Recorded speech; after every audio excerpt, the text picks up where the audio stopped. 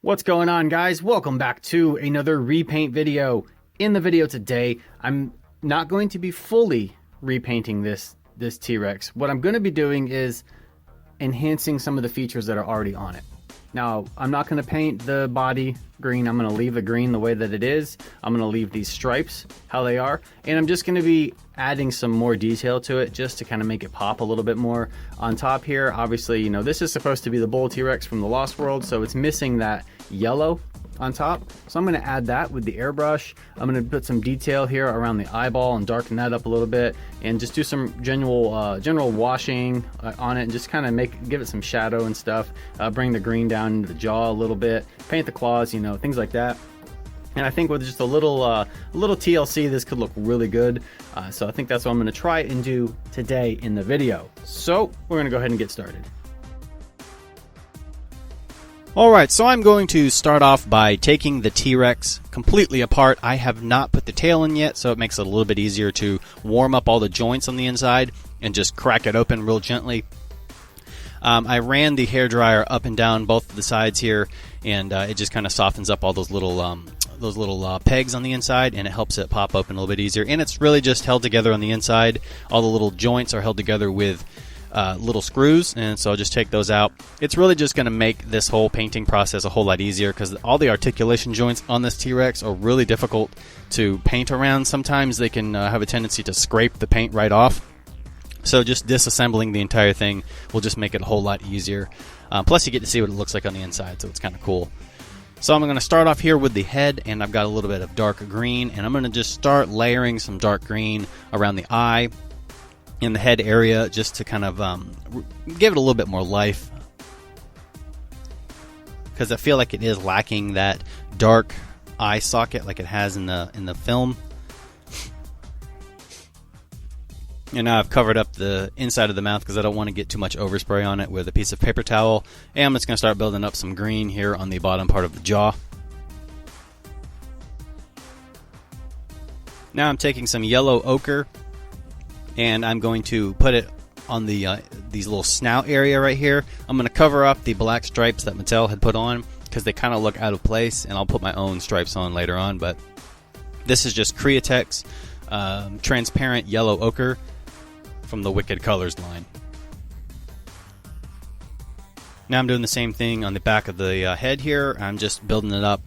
I'm covering up all the black spots just a little bit, and then I'm going to go back over with the airbrush and bring them back up out again. But I'm just basically going over the entire back section here and building up that yellow that the bull T-Rex has. A couple thin coats, and I'm drying it with the hairdryer in between, just to kind of help speed this process up a little bit. Now the tail comes in the box, and it's just green. It has no paint on it at all, and that's just not right, so I'm going to remedy that right now, going over the top of it with that yellow ochre, and doing a couple coats of it, and drying it in between with the hairdryer.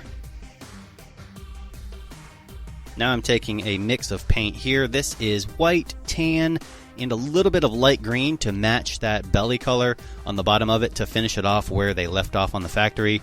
And then, of course, like I said, the tail had no paint on it at all, so I have to do it on the bottom of the tail as well. And the back of the legs, of course, had no paint on them either, so I'm going to do a layer of this on the back part of the legs and blend it up in with the body, and then go back in later with some green and kind of blend it and tie it all together. This is where disassembling the T-Rex really comes in handy, because you're able to get all these different angles and the body's not in the way. So, and now I'm going back in with the light green, and like I said, I'm tying it in together with the plastic. I found a green that somewhat matches the plastic that the T-Rex already comes in, so it just kind of helps to give it that nice little transition from the green to that kind of tan light color. Same thing here with the green, just kind of tying everything together. Fortunately, the green plastic that the T-Rex comes in is really nice to work with, and you don't have to repaint the entire thing, so it does save a lot of time not having to repaint the entire T-Rex. Here I'm going in with a little bit of darker green, and I'm adding some just little green dots all over the body just to kind of give it some pattern and some kind of design, and give it some depth. Here I'm going in with some dark green and with a drop of black, and I'm just picking out the little pebbles and the scales all along the jawline right here, just to kind of make those stand out a little bit.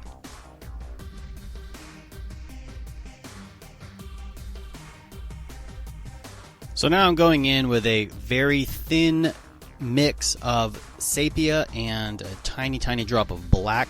This is very, very thin, almost like a glaze, to get these nice stripes on its face, kind of a more of like a translucent kind of vibe.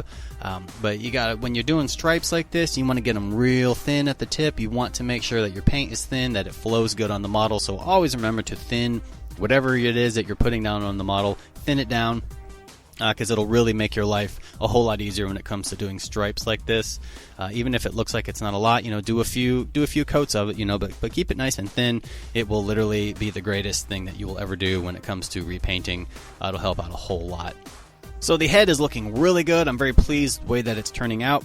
I am going to add a few more details off camera, like a few more washes and just some pebbling and stuff like that. And I'm also going to take my Dremel tool and cut in these scars on the right side of the face. But again, I will do that off camera just because I have to get really close to it, and it's kind of hard to get the camera in there to film it.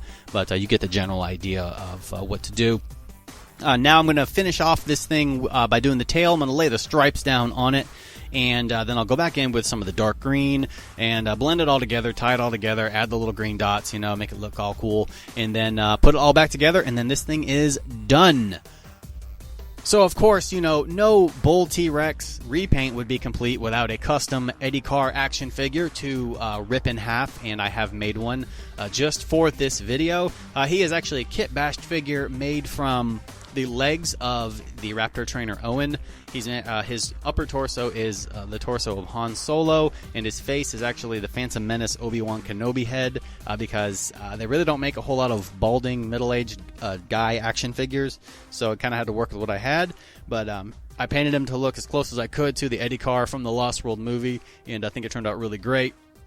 So I hope you guys enjoy the photos here at the end. And remember, for more Jurassic Park related content, you guys know where to find me. Links will be in the description box below.